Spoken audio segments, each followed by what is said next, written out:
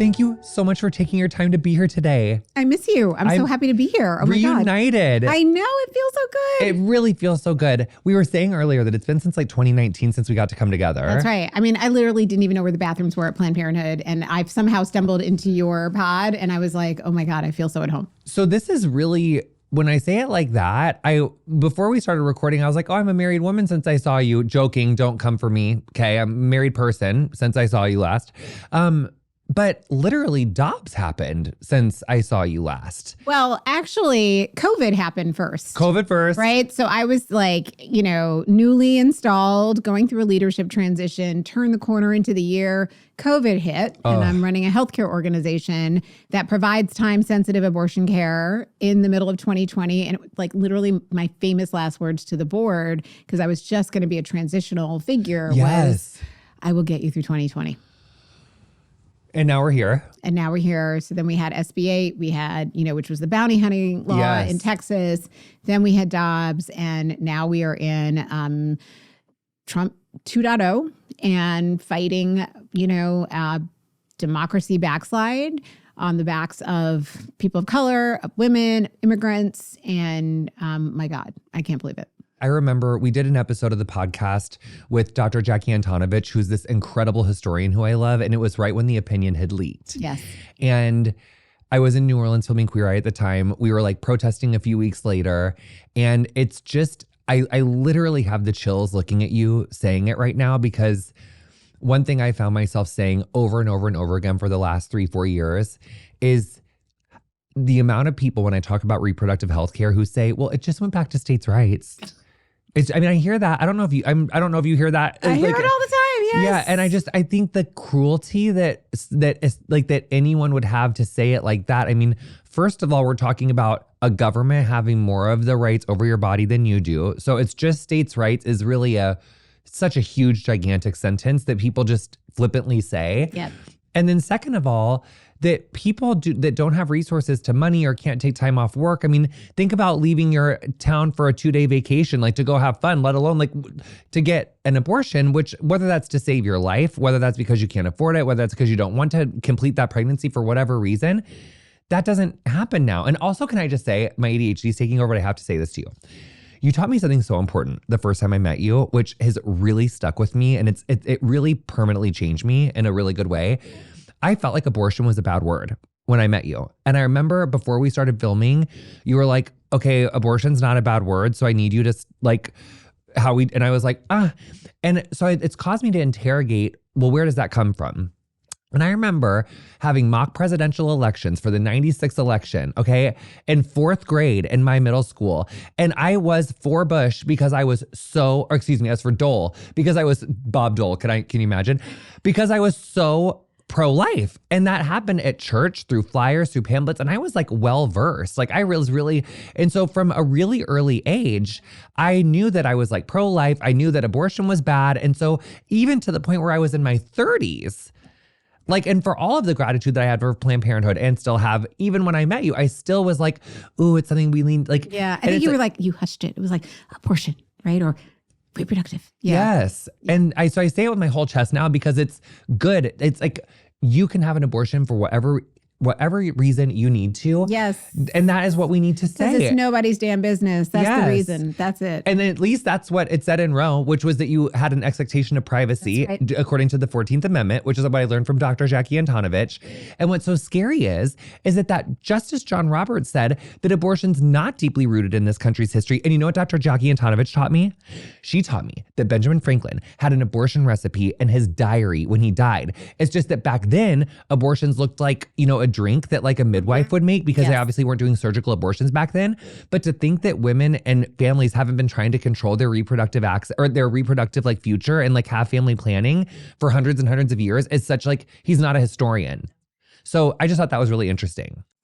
It's unbelievably interesting. And I think just to go back to where you started around this argument that people are making, like, isn't it okay? Because, it's just back to the states. And I feel like states' rights was like the motto of the Confederacy, right? When they did not want to, to allow people to be free. So like, we have to remember that this is deeply grounded. Our country is deeply grounded in controlling, people's bodies, right? And controlling their labor and controlling kind of who they are and who they could be. And we are in a moment now where not only we are kind of going back, pre-Roe, right? We are actually going back pre-Reconstruction, honestly, in my mind. And I think we have to ensure that the framework of how we have fought so hard to get reproductive freedom in this country is one where we also have to recognize the fact that people have been so impacted by these abortion bans right now are the ones who are living in many of those states, right? That were also slaveholding states. They were also states that have done everything they can to block access to care, access to voting, access to gender affirming care,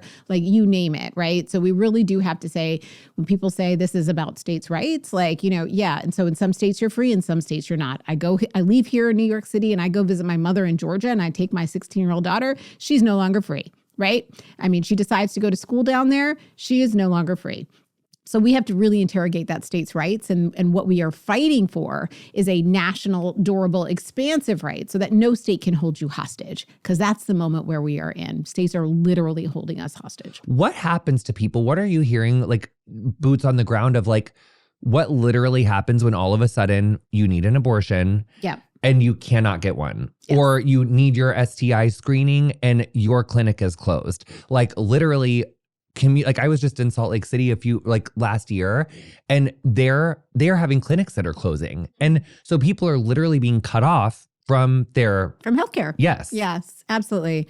So, I mean, look, let's first remember the fact that when Roe was the law of the land, it ensured a right, but it wasn't equal access all across the country because many states had already started to put in restrictions, targeting abortion access, targeting abortion providers. And again, always on the backs of brown and Black communities, low-income communities, rural communities. It's always been uneven. If you have resources, if you have privilege, get on a plane, fly out of country, fly to Paris, fly to New York, wherever you want to go, you can go and experience and get your abortion. And in many of these states, people are literally being forced into pregnancy.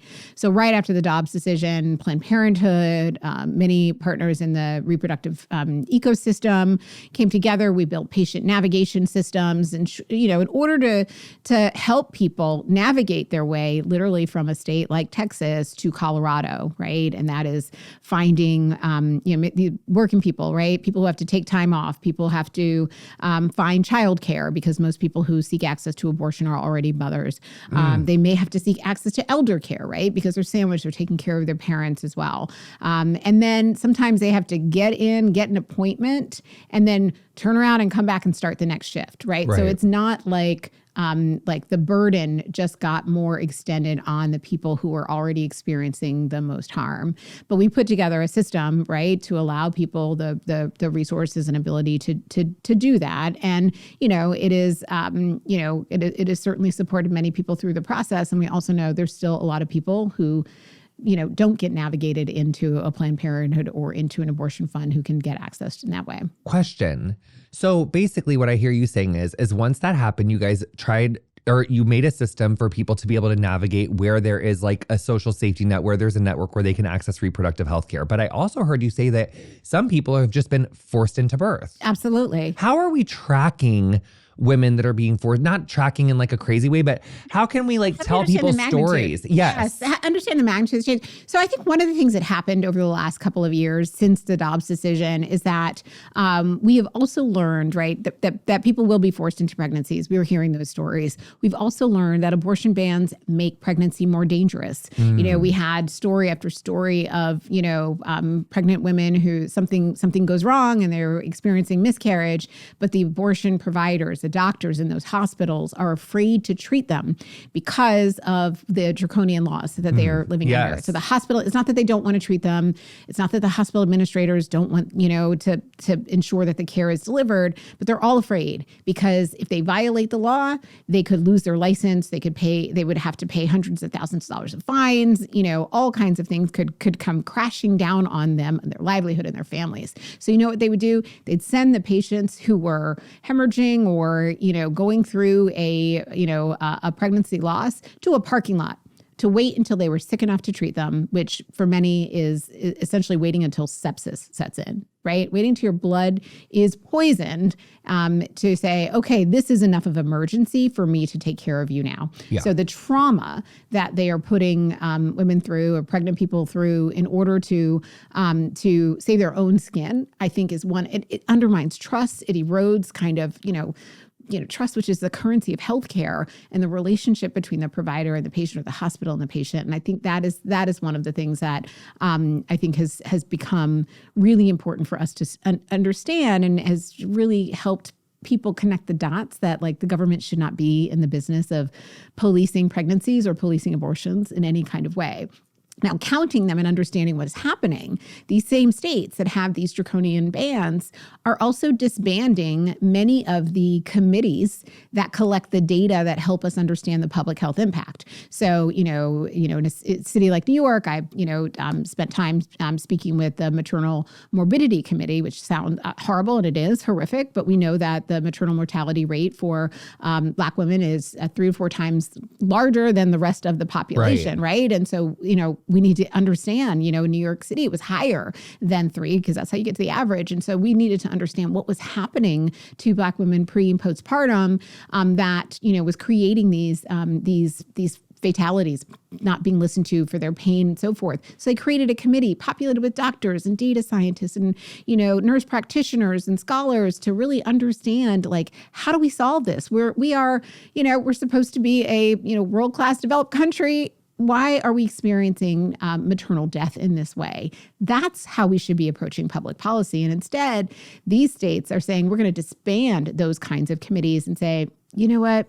We don't really want to dig deep in there. We're going to just let it be. Well, not only that, you can even say diversity. You can even study. You can even you can even ask about Black women or Black people because it's seen as this like it is outrageous. Yes. Yeah. I gotta say, I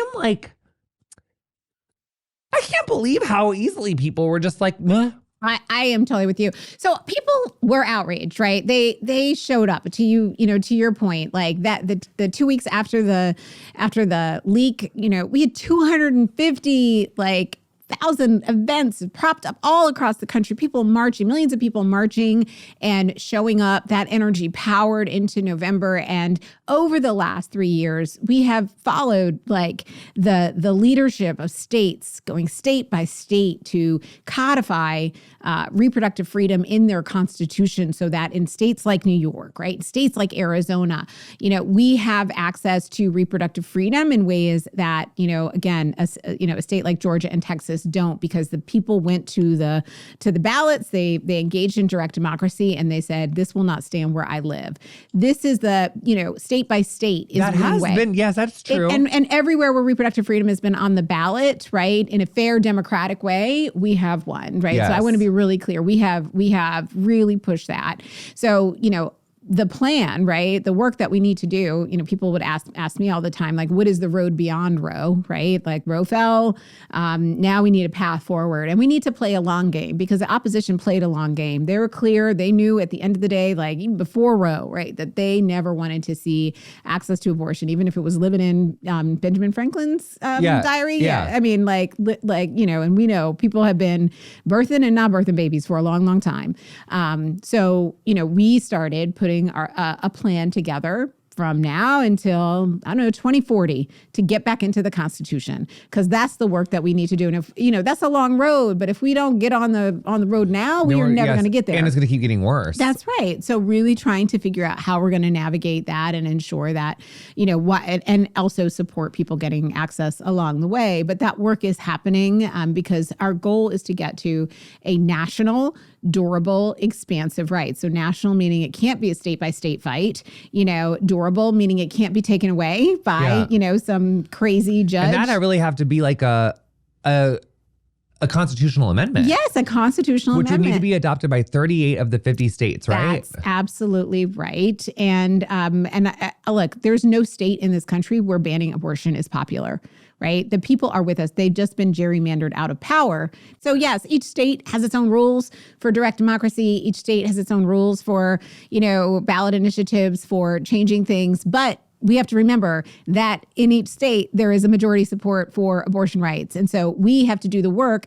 It bridges party, it bridges generation, it bridges, demographics and communities. Like I have had the honor and privilege of hearing the most personal, private stories from women who I'm sure we don't agree with on a whole bunch of things. I'm sure we are on opposite sides of the political spectrum, but on this issue, see me in the airport, they see me in the grocery store, they come and they say, let me tell you what happened to me. Let me tell you what happened to me in 1970. Let me tell you when I was a young college student, this is how I had to navigate. Thank you. Thank you for what you do. I don't like, the rest of what you stand for. I don't even like what you're wearing, but I appreciate you. Sometimes they come for me. But I appreciate what you do. I know that your fashion's beyond reproach, okay? I know that your policy and your fashion's beyond reproach. I will not have it. Not on my watch. Not on my watch, darling. So, lots happened over the last 6 years, as we were saying. As a president of Planned Parenthood, how do you gauge, stigma, whether it's HIV stigma, abortion stigma? We were saying earlier that even I had my own internalized stigma around abortion that I wasn't even aware of until you clocked it and were like, honey, let's do better. But where do you think we are kind of nationally? For me, I feel like I'm really clocking a hard and fast rightward shift. Mm-hmm. But yeah, how are we doing with stigma? I think that the best way to fight stigma is through storytelling, right? That, stigma is about shame. It's about kind of telling people, as I, said, people come up and sometimes they'll say, I've never told anyone this before, or, my husband doesn't even know, or my mother doesn't even know. And they tell me a story that tells me that they have been holding stigma and shame inside of them for all of these years. And that storytelling is actually a sign of liberation, right? It is. It's an act of resistance. And so I think sometimes you tell a story in order to defy what you've been told all of these years, right? And I think there's a really important interaction between that, right? Sometimes that's about your resistance, and the person on the other side of that story is about providing grace. It's about bearing witness to testimony. And honestly, that's when the Spirit is at work, Jonathan.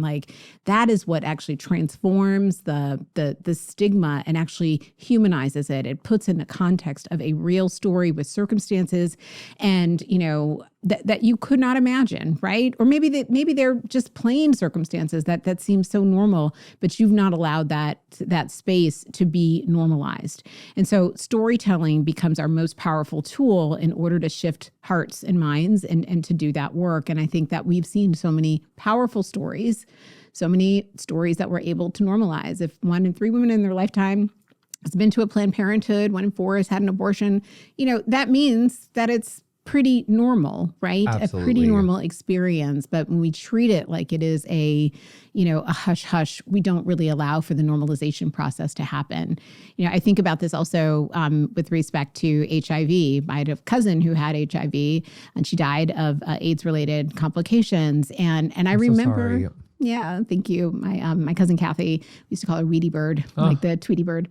But she, I remember when the first time we learned of her diagnosis and she came to our house and we didn't know what to do. We didn't know, should we go to the bathroom? Do we hug her? We didn't know. And it really denied us our humanity, in that moment until we were able to kind of cut through the misinformation that we were getting and just embrace her and love her as we always have. And I do think that thinking constantly about how do we shift our, ourselves, staying true to our values of wanting to see the humanity in everyone, it allows us to push the stigma out. So how do we stick together? How do we make a bigger tent and stop excommunicating people that we don't agree with, even when we really want to give them a good old Aaron Brockovich cuss out? I think we have to reconsider what our goals are in these conversations, right? Is our goal to shame? Is our goal to stigmatize? Is our goal to not create a path, right, back from grace, right? How are we going to, ask people to end kind of with us on our side without creating a pathway for them to get there? right? They're not going to get there just by being called out all of the time. And I think the people who are horrific, we should call out all the time, right? But most people are in the middle or with us. So how do we create the right pathwork, even if it's not perfect, and really do that with grace? I think that's the question. And stop shaming the people who try, like who are trying. And who are not doing it perfectly. But again, I come back to reproductive freedom and I say, like, you can't get 85% of Americans to agree on anything, right? But on this issue, they do. So, like, let's stop treating it as if it is a polarizing issue. It is polarized in the way it is manifest in our country because of, misinformation, racism. Because of the way the democracy is structured on that level, right?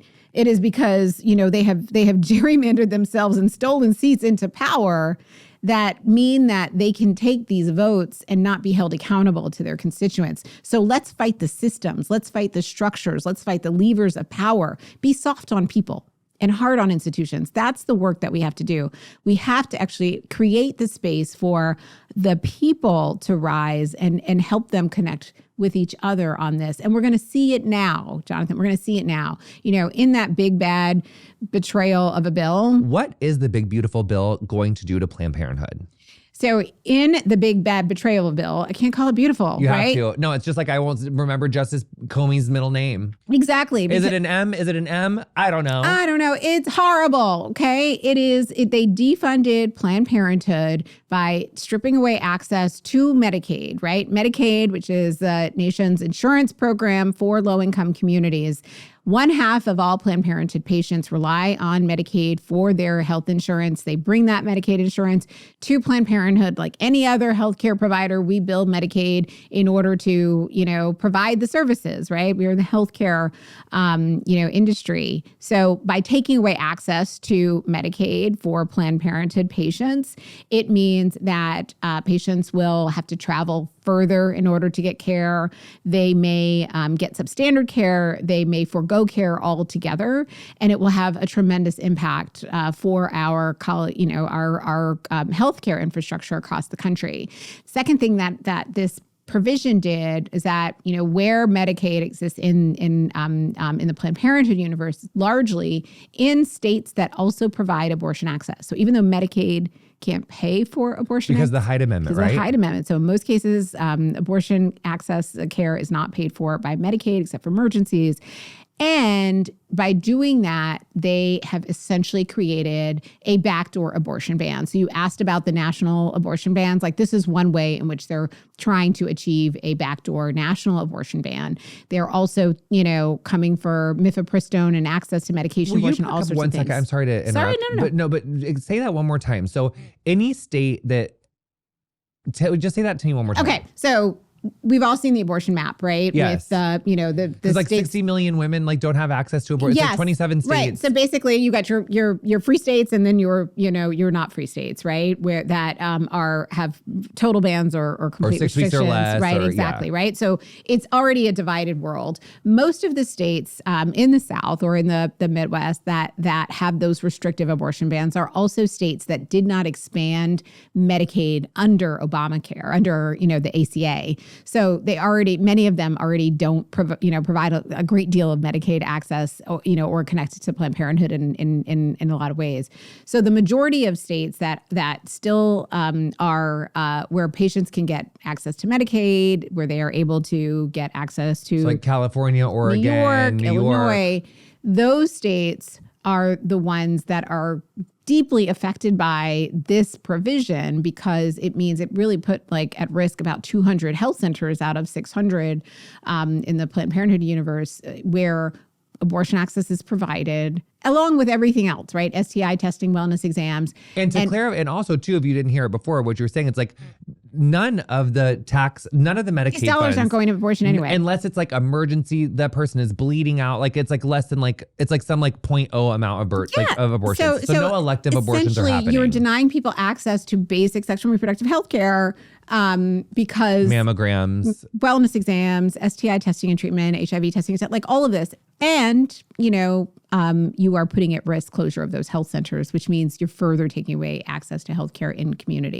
rural communities. Like the majority of our health centers are in rural or medically underserved communities. So you were just gutting literally the healthcare infrastructure across the country. And when the Medicaid cuts come on top of this in 2027, if we can't stop them, we will stop them. But like literally, that is going to further, gut the healthcare for low-income communities. Basically, the big bad bill cuts off states to be able to use Medicaid, or it cuts off Planned Parenthood from being able to bill Medicaid or like use Medicaid. Yes. So it already is kind of essentially giving a national ban because the blue states can't. So where do these patients go now if their local Planned Parenthood is closed? I mean, this is Emergency what we are rooms? waking up every day thinking about, right? I mean, they go to emergency rooms, or community health associations, health centers, but they have said they can't absorb our patients, right? So again, they will have to travel further in order to get care.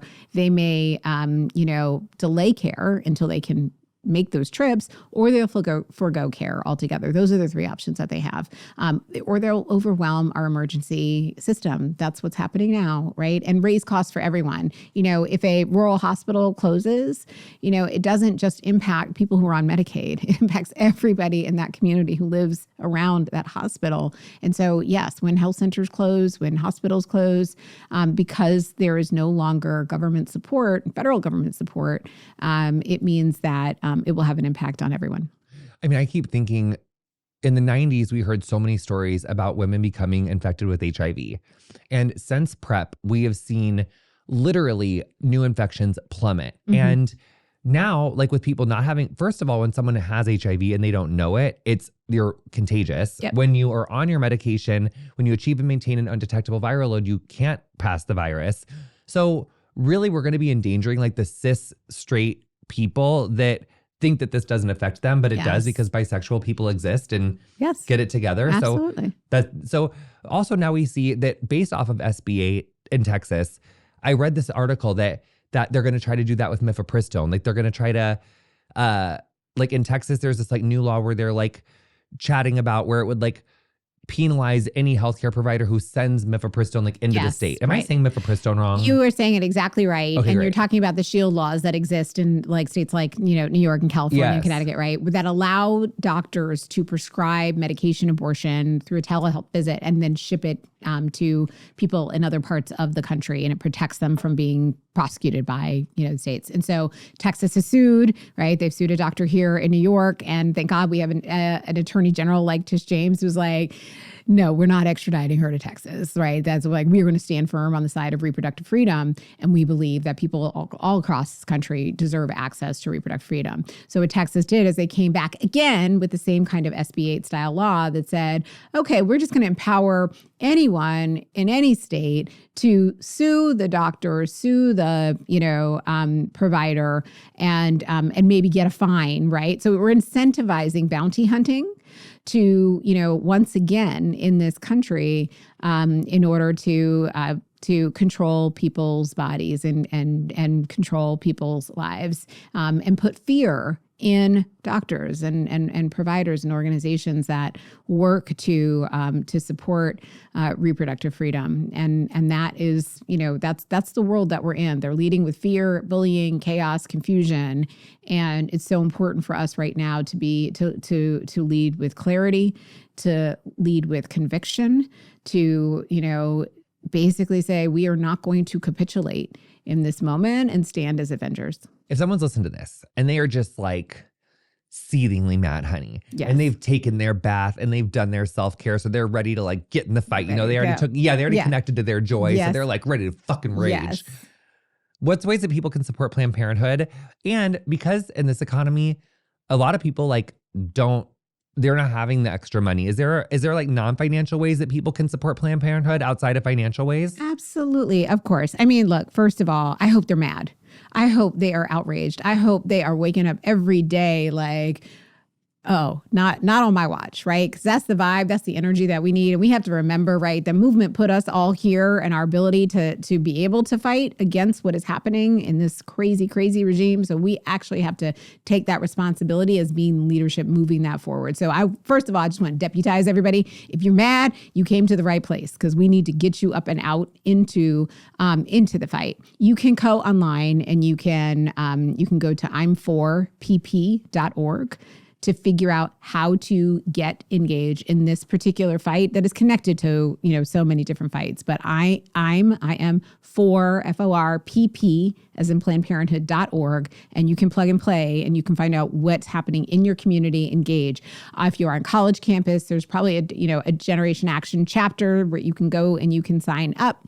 If you have a couple of extra dollars, right, and you can pay it forward to someone, if Planned Parenthood was good to you, and you can pay it forward to someone, please do that. Give to your local affiliate. Figure out where you are and the Planned Parenthood affiliate near you, which is providing direct service in community. That's another way to be supportive of patients.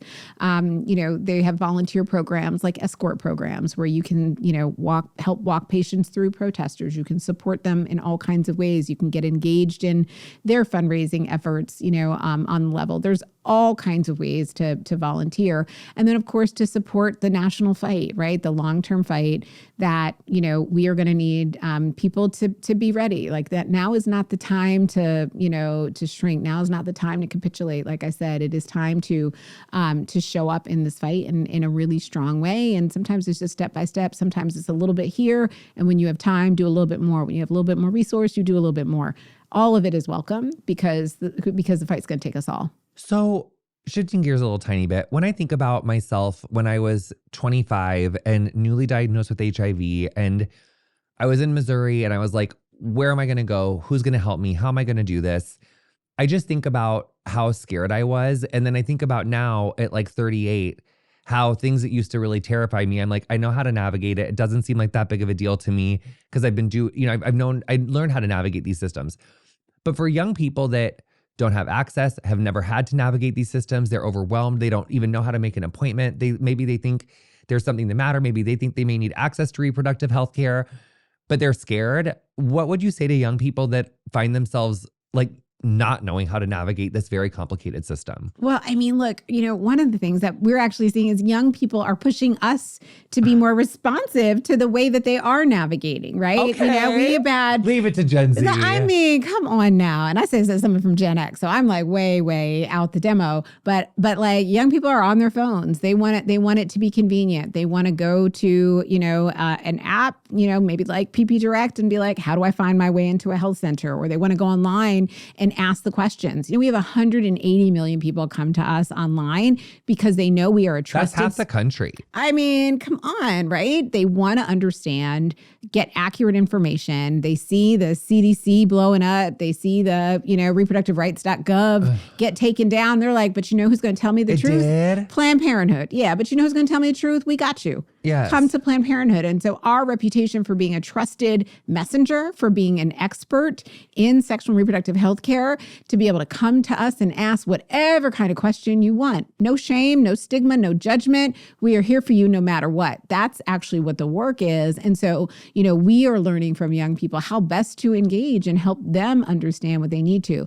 So I would say the first step to someone who is like newly navigating is like, get online. That's what you do. That's what you're going to do anyway, right? Get online, come find us at Planned Parenthood, and we will help you navigate from there. So one thing that we've learned, you guys, if you're listening or watching this, guess what I'm about to say right now. I already know you just guess.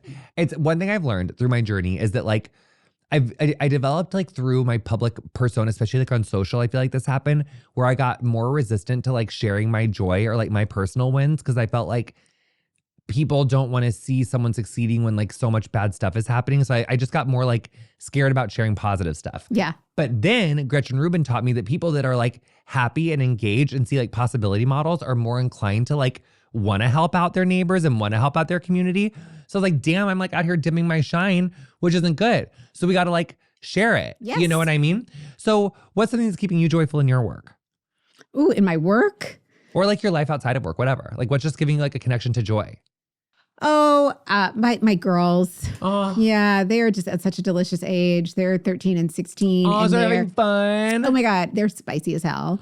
I mean, come on Because now. what are the 13 and 16-year-olds like? What do they even think about stuff nowadays? Well, I mean, I have raised them to be strong feminists, like, very conscious about what they want in their life and their own bodily autonomy. Yes. So they're like, I was like the 13-year-old, I was like, let's go get your ears pierced. Let's go get your ears pierced. And she's like, no, I'm good. I don't really actually know, and oh my God, we kind of have something in common. Can I tell you that is like one of the only things I've never done?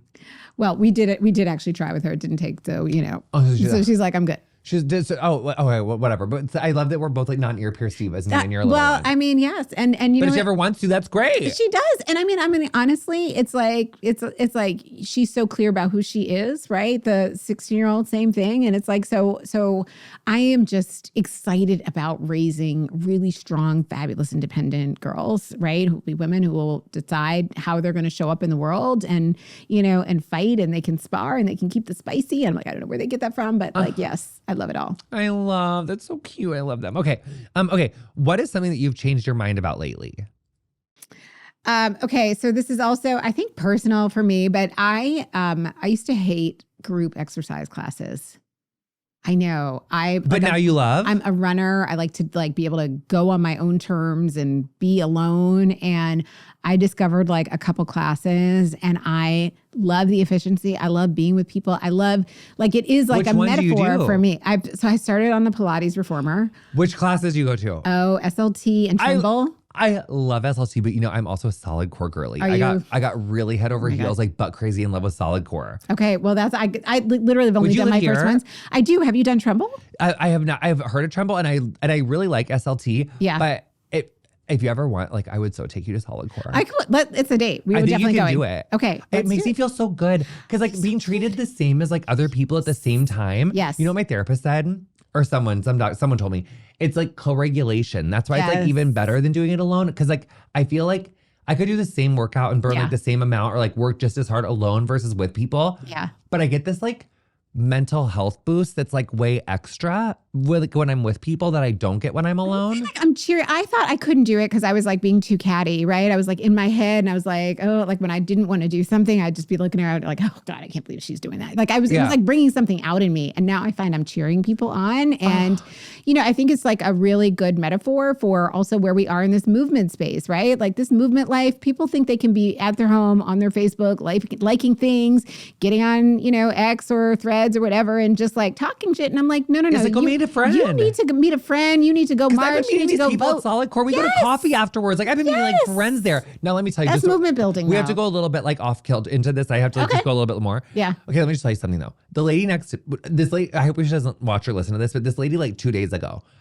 kept checking her phone and something How do you do that? in a Solid Core. She just kept stopping, getting off her fucking machine. Oh my God. Picking up her phone, checking it. I was about to Karen out. I had to talk to the teacher after class. I said, honey, if you don't talk to her, I'm gonna so please get off your goddamn phones. We do not do it in group class. I just find it so annoying and I don't understand why we're doing it. And just get off that goddamn phone. Nothing brings out my Karen like someone getting on their phone. But if you were next to me and you had your phone, maybe that lady's an important CEO.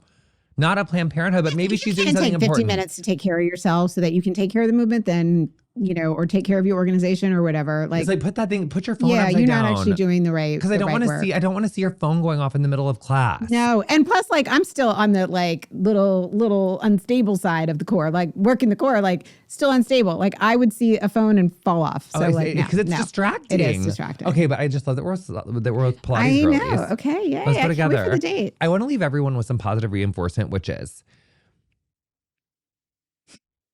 Okay, I have to ask you the question I really want to ask you, which is this. Best case scenario, 5 years from now, what do you think is going to happen? And what do you think we all need to do to make it be as good as possible? So I'm not going to accept any worst case scenarios, right? I'm going to start right here, my friend, Right here. Let me tell you something. Flip this fucking table. We are, by 2030, we need to be on that path. That road I told you, we need to be on that path to Probably freedom. 3/4 of the way there by then. Yeah, I mean, we need to be on that path. And so what does that mean, right? 2030 is a redistricting year, right? So whatever is going on between Texas and California related to seats and trying to change Congress, like 2030 in 5 years is when when the census comes out, when they shape the. But they're already not. I bet you they're not going to let. But we have to just be conscious of that. I know that's. But they did in 2020. I know 2020, 2010. That's why we're here, right? Because they use that process, they weaponize that process to create take away the power from the people. So we have to be laser focused on that 2030 is going to be that key. So then we have to work backwards, right? So that we don't end up in the worst case scenario where they take away all of the power in 2030. So that means 28 and 26 are going to be the most crucial years. 2026, we are in the fight of our lives. We have to change Congress so that we can thwart the agenda of this administration, right?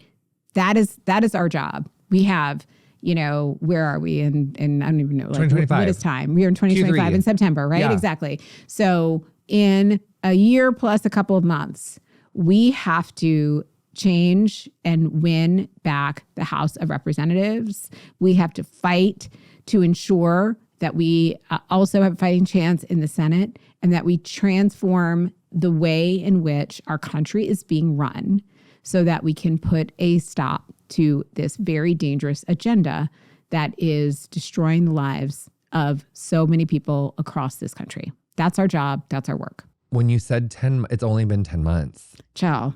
Oh my fucking God. Listen. Okay, wait. I know that I said that was the last question and it can't be the last. And I said, okay. So like, are you familiar with that Hillary Duff quote when she was in Lizzie McGuire and these two girls were like making fun of gay people, and then she walked up to them and she was like, you really shouldn't say that about gay people because it's not nice. It's kind of homophobic. And then it's this really viral clip from the early aughts that gay people will often talk about.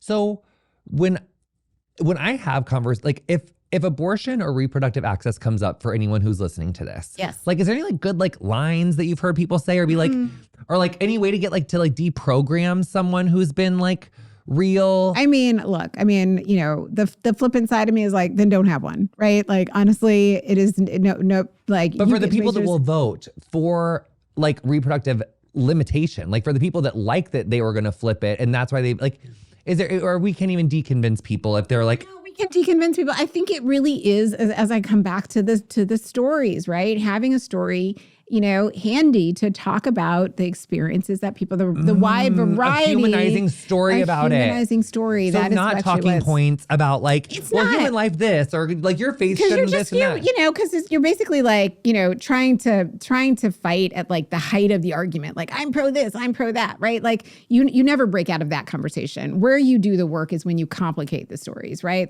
When you first say, I can understand, right, that your faith, the way you've interpreted your faith or the way you've interpreted what have you has led you to believe here. But let's apply that to this circumstance. Ask people to do the work with you to understand the complicated, natures, or maybe not so complicated, questions. Because abortion is not a complicated question for a lot of people who have access to abortion. It is, a decision that they've made that is going to further their family, their life, their community, their goals, and they have the right to make that decision. The privacy of their own exam room, and my opinion, their opinion doesn't matter. And so, ensuring that we are fighting on the level of independence, of freedom, of the ability to make those decisions is exactly where we need to bring people. And so, we need to bring it down to ask them to do the work to get there. Right? To your point, don't shame, don't judge, right?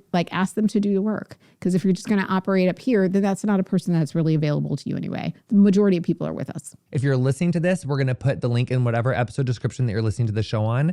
Thank you so much for your time. I appreciate you so much. It's such a pleasure to see you. And I just look up to you. I respect your work so much. And please keep it up. Keep fighting the good fight. We see you, we applaud you, and we love you so much. Thank you so much. I'm so happy to be here. And it's so great to see you. And congratulations on everything.